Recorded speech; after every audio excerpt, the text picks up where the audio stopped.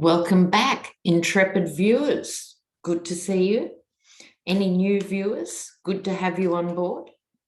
So here we go, massive amount to cover. And I like to start, this is my new thing, with the good news of the week. And there's been a bit. So there was Joe Biden's speech. Thank you, Joe.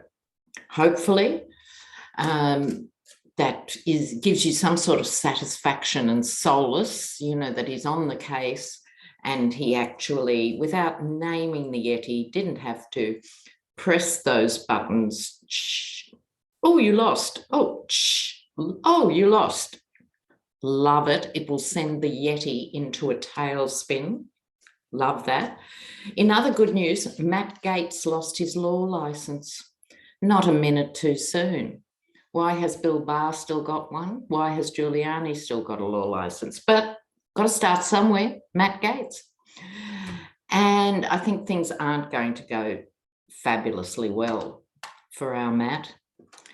You know, that co-conspirator has asked for extra time because he's got so much dirt on Matt Gaetz.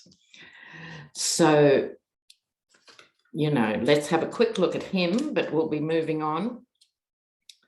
Oh, I've got some bigger news too.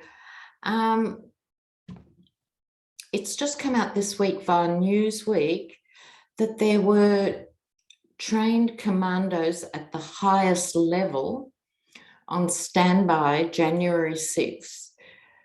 These are troops who are trained at the utmost level, shoot to kill policy, as they described it, 24 hours a day, 7 days a week, 365 days a year, ready to helicopter in if those final doors were breached. Right, so I want to have a little look at that. Big love for the passing on of Betty White and Sidney Poitier. Aww. White women all over the world swooned over Sidney Poitier. Let's not pretend. Okay, so quick look at Matt Gaetz. And is he going to be sunk soon? That's what we want to know. Like, Matt Gaetz. Will this court case end his career when he finally gets charged? And obviously there's a mountain of material. Mountain. So will this be career ending for Matt Gaetz? It won't be pretty, that's for sure. King of Pentacles, living the good life. Oh. Well, this is the card that matters. So here he was, King of Pentacles, earning a living, a good living, both as a lawyer, but also in his capacity as a lawmaker. It was all about the money. He went in, are we surprised? He went in for the money, looking for the good life, had the good life, but now it's a 10 coming to the end of the rainbow. He's very confused at the moment. Part of him can't believe it's really happening, right? And I think this affects a lot of them. They surround themselves with yes people and they don't touch the real world. So he's actually mystified, completely mystified, probably about why his marriage didn't work too. They only made it till lunchtime. You know, it's ridiculous. Oh, I'll get on to marriage in a minute. He's confused about what's happening and the end of this is coming up. Why? Because we have the Ace of Swords piercing the crown. This goes back to Garland's speech, actually, which was another major piece of good news, where he said, we are going to follow this all the way. What did he said? We're going to prosecute those responsible at any level, if they were there or not. and also protect those who serve, and a vote that counts. Now, he said all those huge things, really, really important things, but will they translate into action? The start of it, though, is this card, the Ace of Swords. What made me think of all that was it's piercing the crown. The law will go higher up. That would be good to see. So I think the wife got out just in time. Now, speaking of wives, I was astonished to read this morning, New Hampshire has raised the age of marriage to 16. Previously, like prior to last week, was 13 for girls and 14 for boys. Now, everyone was up in arms with the Epstein thing, and rightly so. One of them was 14. But the figures in other states are not good. So most states have a law where you can marry at 16 with parental consent, but 9 states have no minimum age for marriage. We all know what it's about, teenage pregnancy, right? But this is disgusting. If we were reading about it and it was the Taliban, everyone would be going, how barbaric, how backward, how this and how that. But no, it's all right because it's America. No, it's not all right. If you're not old enough to drink, you're not old enough to vote, but you're expected to get married and raise children. You know? Do you remember Sarah Palin, strange woman, when her 16-year-old got pregnant? Her reaction wasn't, oh, we'll do everything we can to support her. No. Well, she has to get married now. We used to call them shotgun marriages. So you might use the same term. And that was when a young boy gets a young girl pregnant and the father goes, well, you've got to marry her now, right? But we haven't seen that in Australia for 40 years. But this is scandalous. This is absolutely scandalous. Child brides being trafficked in the name of good Christian communities, no doubt. You know, no. And why are they in this situation? The states and the parents and the communities that think this is a solution create the problem because they don't want their 13-year-olds, their 15-year-olds to be using contraception. No, that's evil. That's a sin. But getting married at 16 is fine. No, it's not. No, it's not. Anyway, yet another puzzling and peculiar element of American life. Now, where to next? I want to see about Garland and the DOJ. Are they getting closer to the big one? Are they getting closer to prosecuting, serving lawmakers, and dare we dream, the Yeti himself? Will Garland's DOJ get there? Will Garland's DOJ get there with these prosecutions, or will they run out of time? That's a really big issue. You know, tick, tick, tick. Tick, tick, tick. Will they get there in time is now my question. Okay.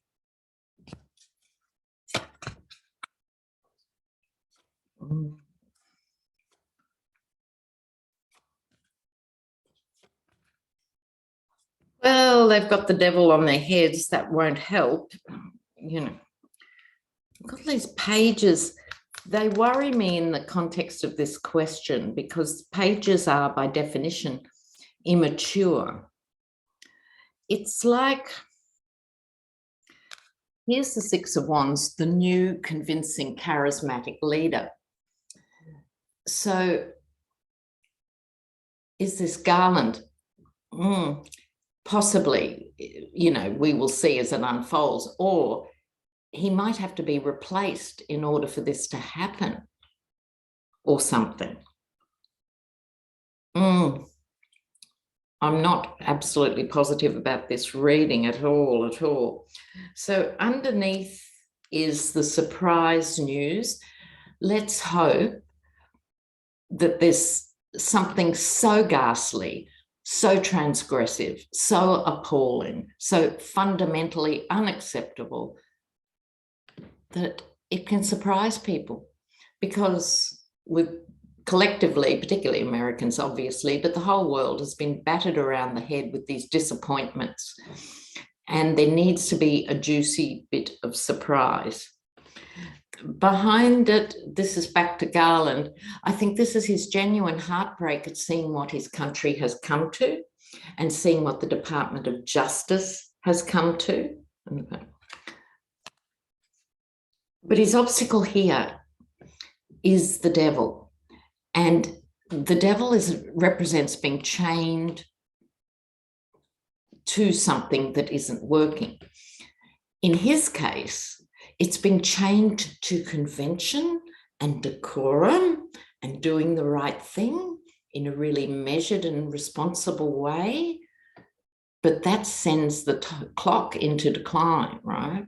So he has to take those chains off. If he is to succeed and achieve justice for the American people, he has to actually reevaluate his relationship to the law. And that is major for a man of his position, his personality type, his convictions of what he believes in, all of that. He has to actually take off the chains that are dragging him down. He has to think in a fresh, new way. The Page of Pentacles is a very good thinker. But, oh, I know. Okay, what I'm thinking now, I think this is someone working with Garland very, very closely. Someone younger than him who I think is pushing Garland to do this, to take the chains off. This person, maybe next time I'll look into try and find out who this person is. So anyone has any ideas, let us know in the comments. But I think this is a younger person who's actually much more out there than Garland himself, who is pushing this forward. That would explain the page and the new energy. So unless Garland can do that, I don't think he can get there in time. But at the same time, there seems to be these forces at work that are pushing him faster than he would like. But there are so many investigations. Maybe Garland should concentrate on 2 or 3 longer term ones over here. And the young one, male or female, should take over some of these at serving lawmaker level. That's what I'd like to see. Let's program that into the cosmos. Thank you, intrepid viewers. Okay.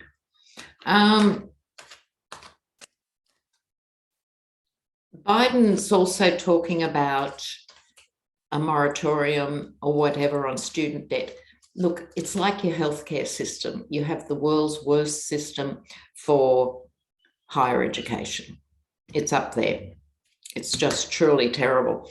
In Australia, there's no interest on your student loans, none, ever. So first of all, we pay less for a degree.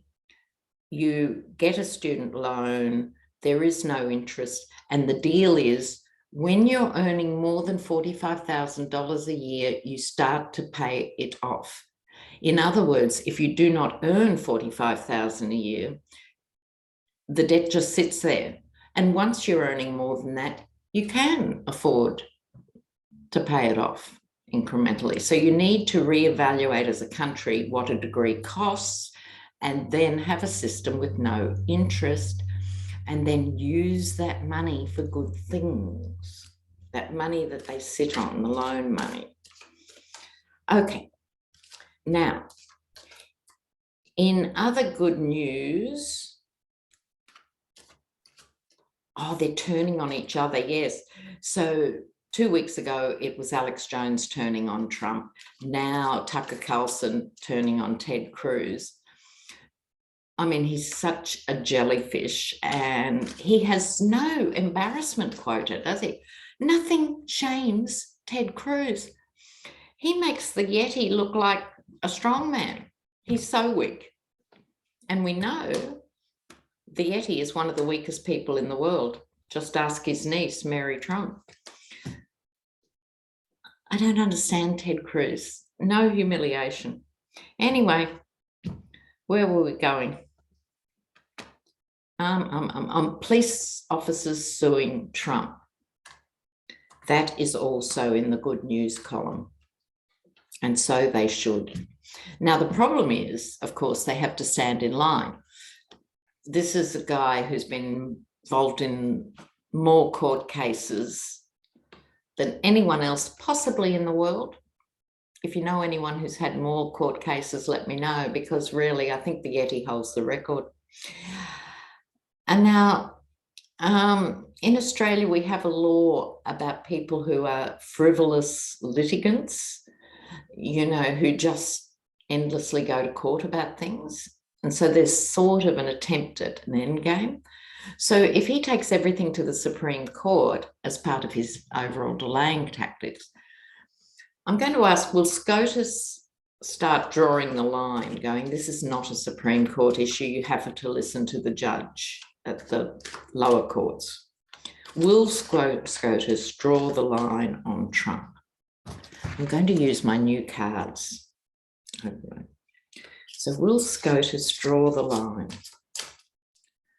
Will SCOTUS draw the line? Will SCOTUS draw the line? Will SCOTUS draw the line? And they could, you know. Let's see, will they? The High Priestess, the Three of Wands, the Hermit. I don't think. Look. Why is this all emotion? I don't understand why this is such an emotional issue for them. Maybe because so many of them owe the Yeti.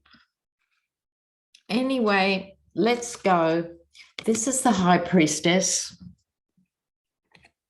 which I'm sure you guys know as well as I do, represents hidden agendas and things that are going on. I think with all these emotional cups cards, they're actually discussing it.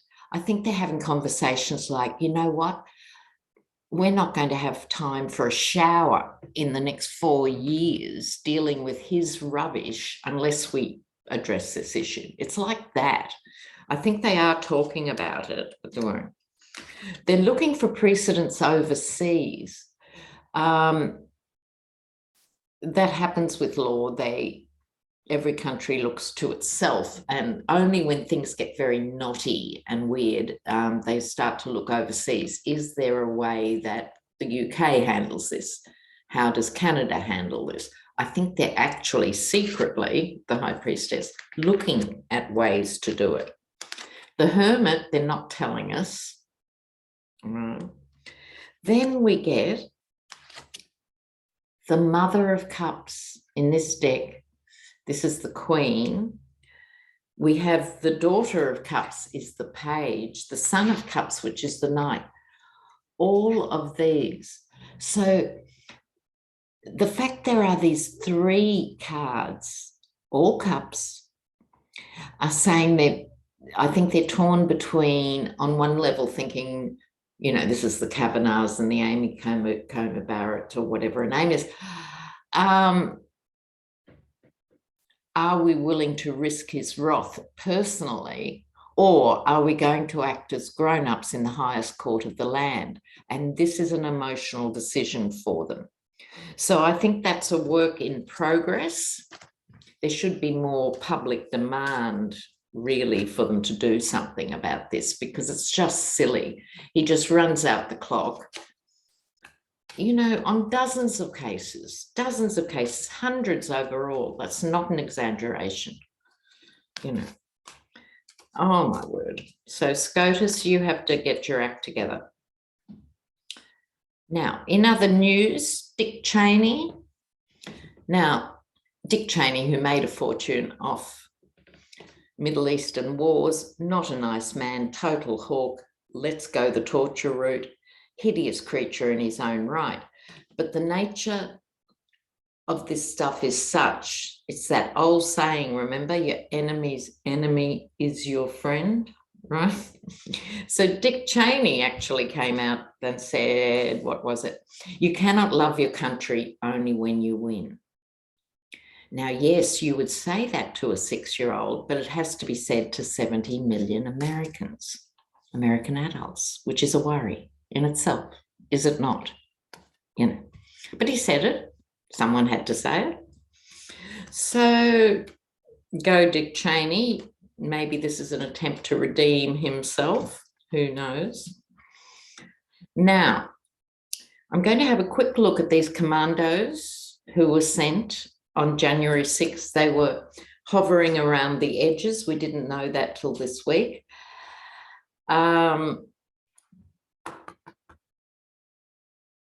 They were brought close to the Capitol. The hostage rescue team, they have the initials HRT. I thought they meant hormone replacement therapy, but no, it's the hostage rescue team, because these Congress people were being held hostage to the mad, the bad, and the ugly, you know, like really. So all this stuff was going on, and they in turn are governed by the FBI, and the FBI, we all thought, seemingly disregarded the 1,500 bits of warning information they got from the public going,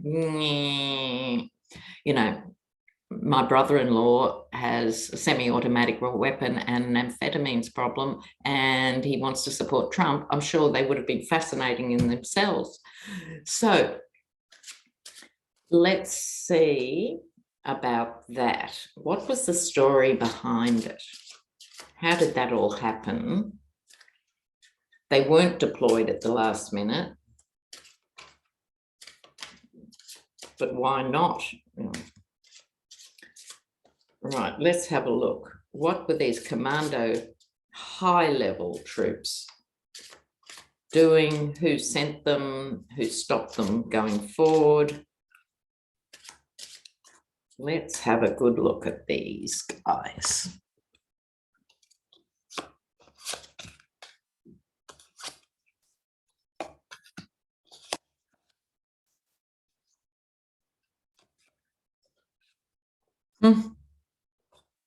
Okay. So in the middle, this is interesting. The Son of Pentacles in this, it's a beekeeper. So it's like here are all these swarming MAGA bees, and the FBI in a way was acting as the beekeeper. How do you contain the bees without getting stung yourself? I think the image is fantastic for what we're talking about. So that was a question. What was underneath it? They really weren't sure. The moon.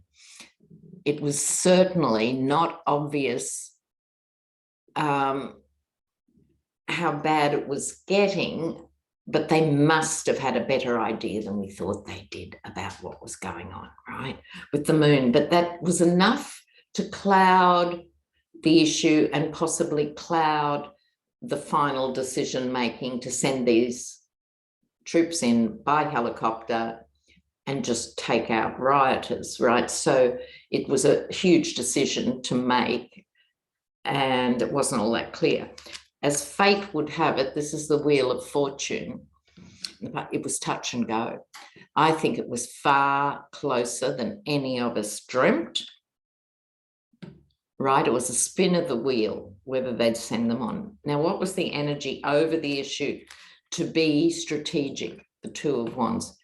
They decided that strategically, perhaps too many people would have been taken out, and it'd be unacceptable to have, you know, a pile of bodies there. It wouldn't have looked pretty, you know. So it was a strategic decision made by the father of Pentacles. So whoever the head of the FBI is that still Christopher Wray? Who is it? It was his final decision strategically not to go in. And like all the armed forces, you know, the oath is, lest we forget, to protect America against all enemies, foreign and domestic. You know. So I'm just going to now quickly look at, because a lot of people are asking, is Russia going to invade the Ukraine? So I'm just going to have a quick look at that. Out. Russia. Don't forget, Putin's on borrowed time, one way or another. Putin's on borrowed time.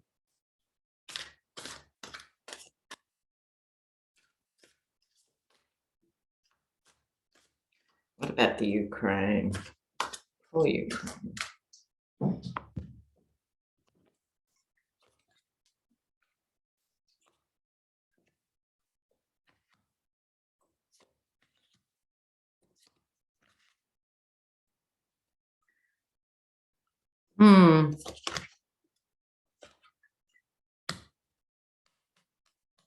Okay, so here's the thing.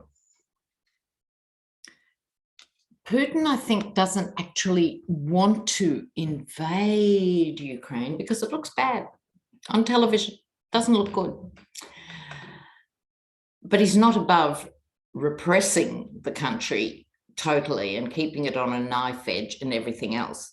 But he hasn't ruled it out, right? He's just stalling more or less for the optics, not because he doesn't believe it. He's doing this for the optics. He's keeping his cards on his table, but not acting yet. You know, so that's troops to the border, pulling them back, troops to the border, pulling them back, right? In a show of strength, right? Designed to squash Ukrainian opposition, right? You know, look how strong we are. Underneath is the star card. Now, normally a card of inspiration and hope. I'd like to think this is some inspiration and hope for the Ukraine, but frankly, I don't think it looks marvelous. This represents loss and being embattled, right? So I think it's very hard for Ukraine to know what to do. Like the West is saying, including America, oh, don't worry, if they invade, we've got your back. But we haven't, and we don't go there. So what does the West do? That would be more sanctions. Who's impacted by sanctions? The ordinary Russian people, certainly not the oligarchs, right? So we in the West do this dance where we pretend we're interested in smaller countries and helping them, but we're not really. And I say we because Australia follows America into every, you know, failed adventure. So the true mystery is the star card. This could actually be a longer term card. It could be post-Putin that some of this pressure comes off. But we've got to remember, if anything happened to Putin, who replaces him could be a nightmare. So, you know, it's not always about getting rid of the bad guy as we see it. Putin sees the world as he sees the world, and he wants to make the Soviet Union great again, which is why he's doing what he's doing in Chechnya and Kazakhstan. Okay, so this is what's motivating to bring back the stars and the glory of the Russian Empire at its height. Oh, okay. All right. Now, something to finish on here from your questions. Yeah. Let's give these a good mix up here. So, what is the best way forward for you as individuals, my darling intrepid viewers? What is the best way forward for you in 2022? Let's see what the advice from the universe is. 2022 for you guys.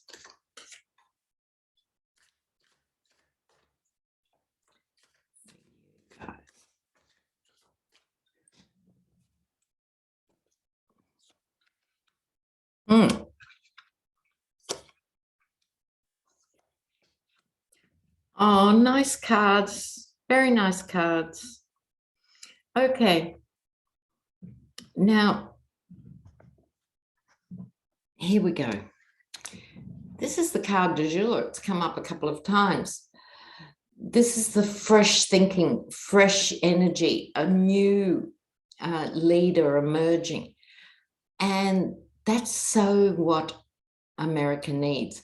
Now, Biden had to fulfill his destiny and have that role, there's no doubt, because he had to calm down both Democrats and middle-of-the-road Republicans as well, and he's done that. But by the end of this year, I think we're going to see a new person, not necessarily, I don't want to wish any ill will on anybody, but my vibe is this is a male. So we're not talking Joe not being well and Kamala stepping into his shoes, because there's every chance of that, you know, at some point over the 4 years. Not permanently, but she could be filling in the role. We'll see. But no, I don't mean that. I just think someone who's young and like a Kennedy, who just brings new energy on board, because America's survival as a republic and a democratic country, in inverted commas, depends on youth engagement. We've talked about this a lot over the last couple of years. So this person has to speak directly to the youth and not represent the grandfather figure, which Biden does. So please do not think I am pushing Joe off the perch. I'm not. That's not the energy. But by the end of this year, this person will emerge, and they then have until 2024 to see if they can keep doing that thing, pulling people together, inspiring people. Instead of, at the moment, you've got Magaland, which is tormented and angry and feeling like a victim. And you've got sensible, decent, thinking Americans like yourselves who are worn out and exhausted. So that's the nation. This is someone who gives people energy. This is about you guys. Very direct, cuts right through. And I say cuts through the political. This person has to cross the political divide. I have said I think this is male, but it's someone who women like and who understands women's stories and what motivates women as caretakers of the earth and all of that. So good, pure male energy. And at that point, America can relax and prosper again. So that's a good message to internalize, which is, it's not just looking for the new Messiah. I don't want it to sound like that, because to a certain extent, democracy is changing and we all have to engage. We all have to engage directly on some level and speak out what we want our countries to look like, what we want them to focus on, what the priorities need and should be. So I think that's something for your visualizations. I think of the Empress who exudes charm and expansion and all those good things, including looking after nature. Oh, nice. Okay, beloved ones, I'm going to go now.